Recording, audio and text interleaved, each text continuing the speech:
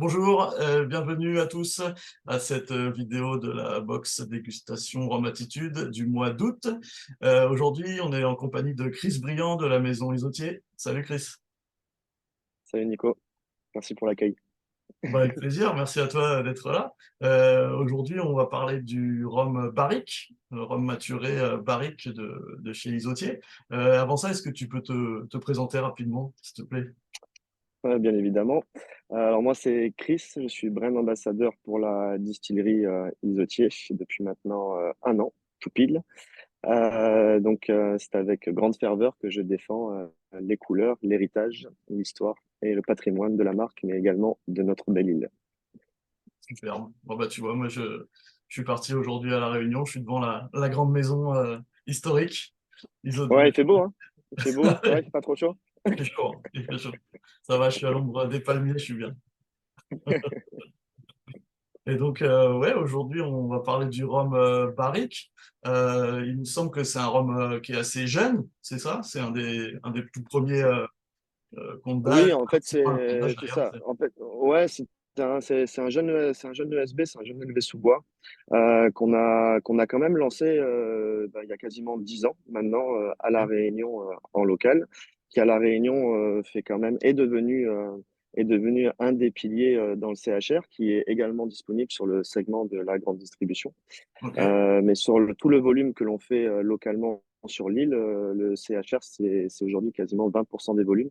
ok, Donc ça illustre bien en fait l'engouement qu'il y a eu derrière, où les barman ont pu trouver leur bonheur avec ce produit qui pas forcément va remplacer un blanc, mais va être un jeune ambré avec une très belle palette organoleptique et ouais.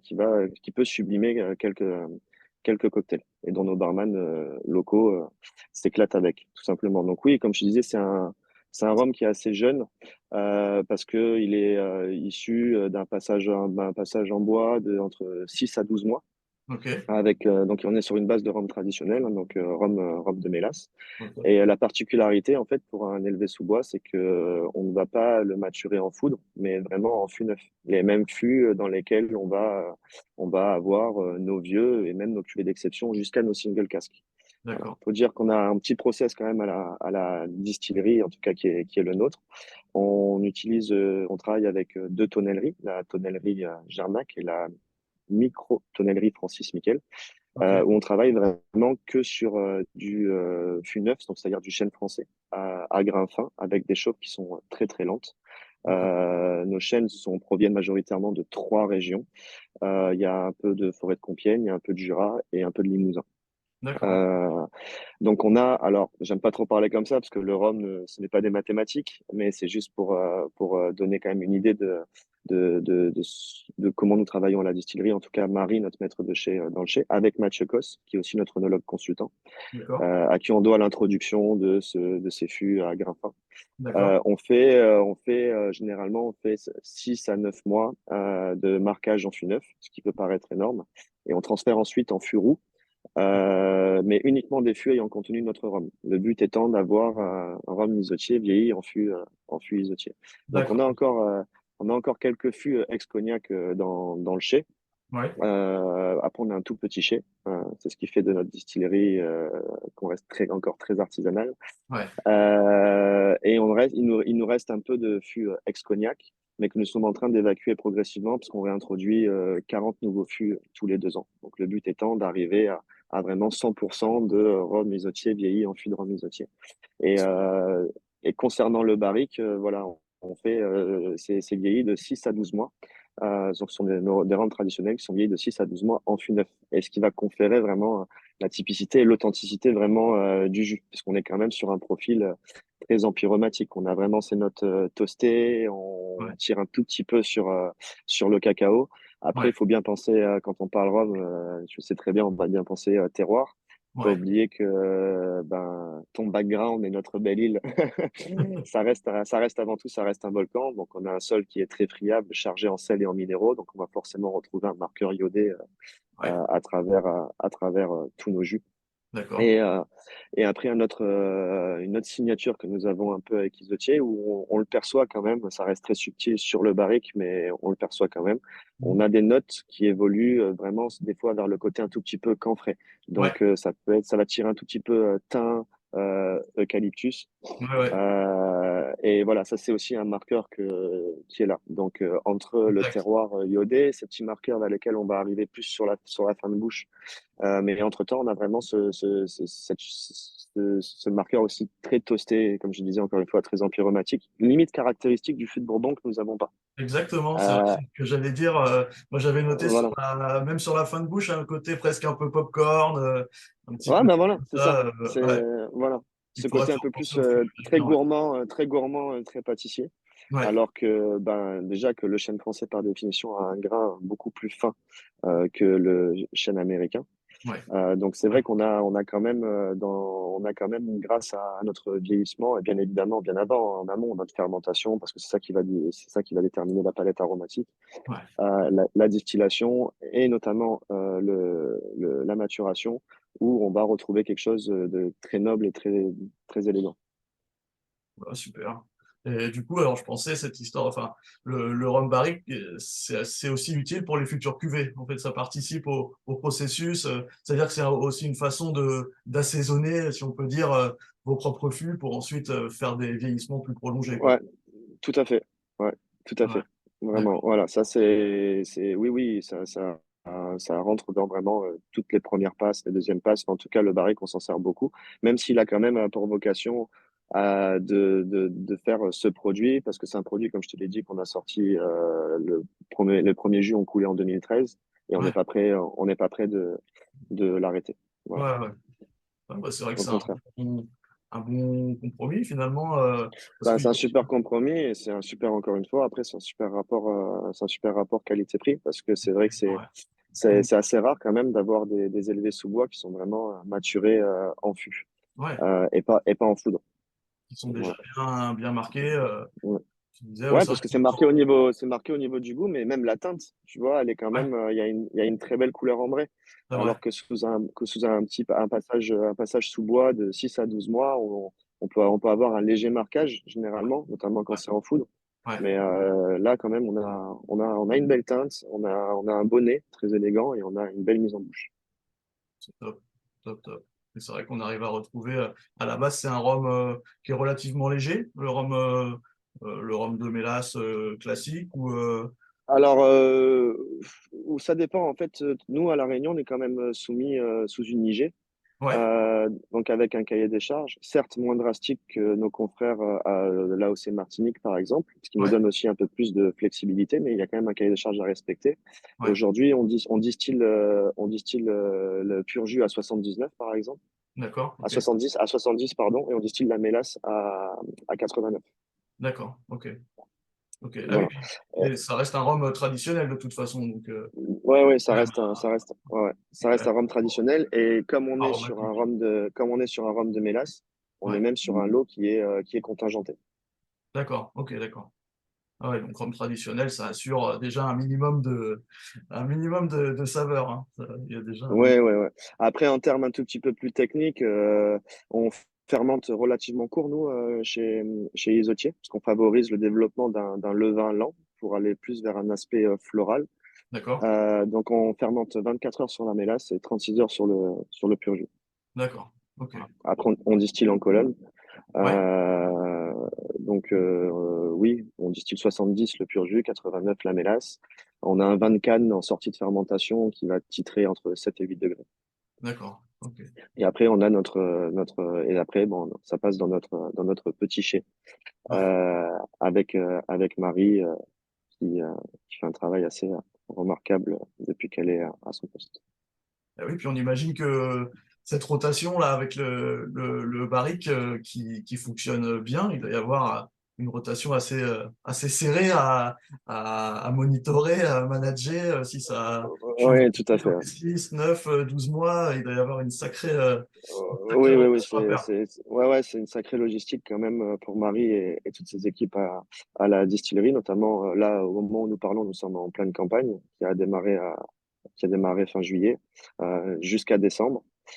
Et puis en plus, nous, au milieu de ça, on a ce double savoir-faire. Donc on distille aussi bien du pur jus que de la mélasse. Ouais, Donc en début de campagne, on va distiller de la mélasse jusqu'à octobre. Et d'accord, ensuite, on va s'arrêter 2 semaines, tout nettoyer pour distiller le pur jus en d'accord. octobre, parce que justement, c'est une période où au niveau de l'hygrométrie des températures et où c'est là où en fait on a le plus haut taux de Brix, donc le taux de sucre Ouais, présent dans la canne. C'est là ouais. où on va faire le pur jus. On fait 2 semaines de campagne sur pur jus et on revient sur de la mélasse. D'accord, ok. Ah oui, donc il y a Donc vraiment deux oui, c'est une semaines sacrée logistique. Ouais, c'est très ça. intenses sur le pur jus. Ah, Et tout donc à fait, ouais. aujourd'hui, ça représente, je sais pas, à peu près Alors, 20% on du fait, chiffre on fait, non, même pas sur l'année dernière, sur la campagne de l'année dernière, on a fait, alors je vais parler en HAP pour nos auditeurs, donc en hectolitres d'alcool pur. On a produit 8000 HAP sur la mélasse et 500 HAP sur le pur jus. D'accord, ok. Ok, ouais, Donc donc voilà, ça reste, voilà. c'est quelque chose c'est quelque chose qui est assez stable ou quelque chose que vous aimeriez Ah développer ou... non, non, non, non, c'est quelque chose qui est stable. Après, bien évidemment, on est tenu aussi par la capacité de notre chai. Là, on parle de la distillerie également, mais il y a aussi la liquoristerie qui tourne aussi à plein régime. On est actuellement en travaux d'ailleurs à la distillerie où on a agrandi, on a doublé notre liquoristerie. Ouais, Il y a également un super projet parce on va ouvrir une nouvelle distillerie qui va sortir de terre, toujours sous l'emblème Isotier, mais sous un nom différent, à fin 2024 d'accord. Ah, où cette fois-ci, on a commandé des pots de style chez Muller en Allemagne, où on va voilà, être bon voilà, projet. voilà. Il va y avoir de très belles choses. On a racheté un moulin. Et puis après, on est quand même aussi tenu par la situation économique, c'est-à-dire La Réunion est la première filière cannière française. Ouais, Euh, Par exemple, pour donner une idée, on a plus d'hectares de canne à La Réunion que Martinique, Guadeloupe et Marie-Galante réunis. ouais, Nous, on a 23 000 hectares de canne. La Martinique, c'est 4 000. La Guadeloupe, ça peut faire 12, ouais, 13 c'est 000. énorme. Donc, voilà, c'est assez gros. Et de ce fait-là, nous, on a une parcelle de 600 hectares. Ouais, Mais à La Réunion, par rapport à tout ce système qui est mis en place, parce que ça passe par des sucreries, on n'a pas de rhum monoparcellaire ni monovariétal. Donc, en ouais, fait, quand on va couper, par exemple, nos cannes, ouais, on va vendre nos cannes, on va racheter le jus ainsi que la mélasse, mais le jus et la mélasse que l'on va racheter, ça ne provient pas uniquement de nos cannes.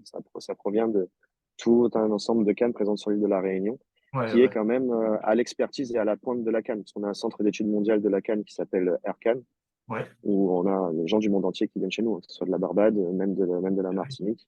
De Les toute façon, fameuses tout ce qui est variétés R. voilà, exactement, c'est ce que j'allais dire. Tout ce qui est labellisé R, ça vient de la Réunion. Ouais. Ouais. Tout à fait.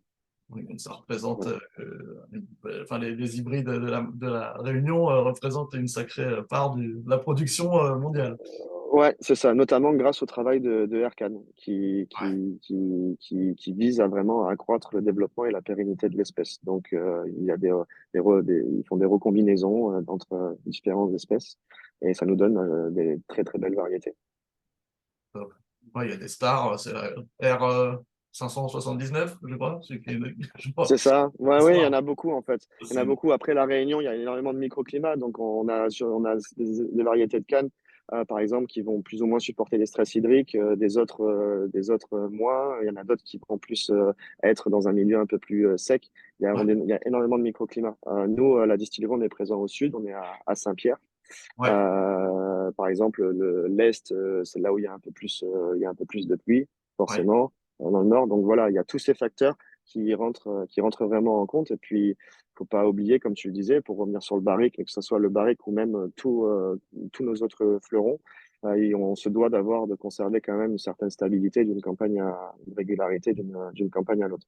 Eh oui, ce qui Voilà. est Donc tout pas ça fait facile. c'est pas facile. Il y a beaucoup de process.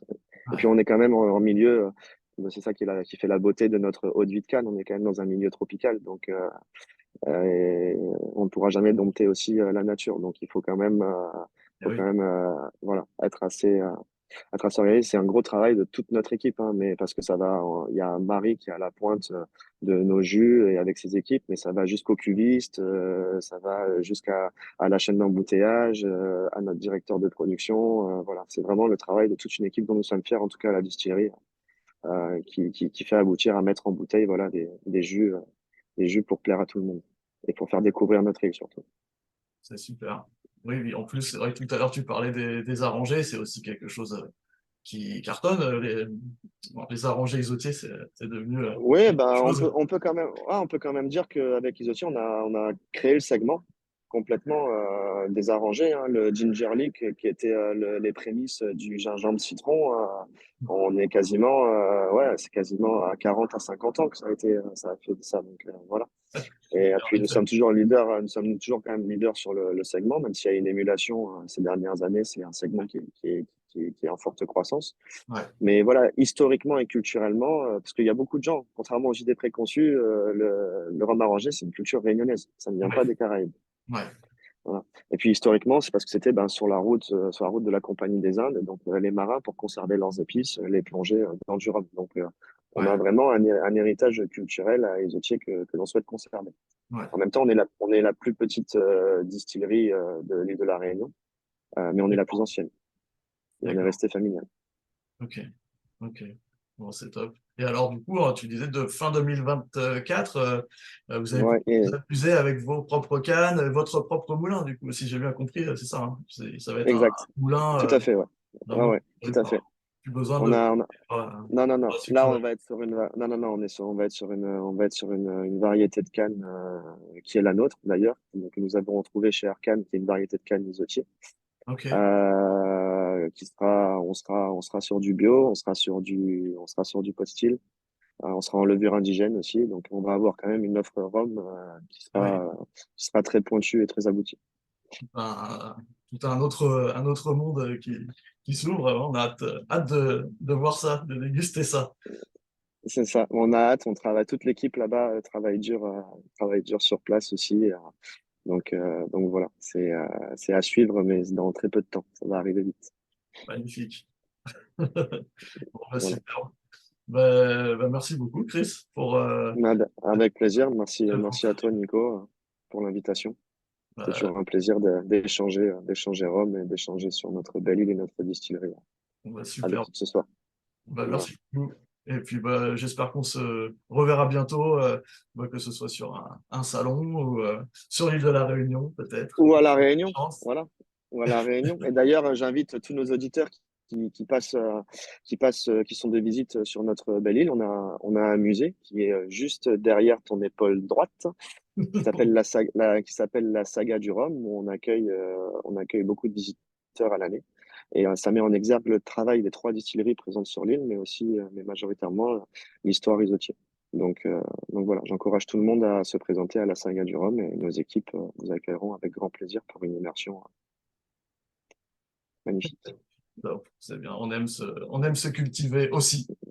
Voilà. Et puis en attendant, pour aussi pour tous nos collègues, nos confrères, nos auditeurs, rendez-vous au Whisky Live où nous aurons des nouvelles sorties et il y a des petites pépites qui arrivent en tout cas chez nous. Mais oui, ça va arriver très bientôt. Donc, oui, moi aussi, je vous donne rendez-vous, ceux que je croiserai au Whisky Live. Et Voilà. Rendez-vous, tout le monde, rendez-vous au stand d'Isotier. Voilà.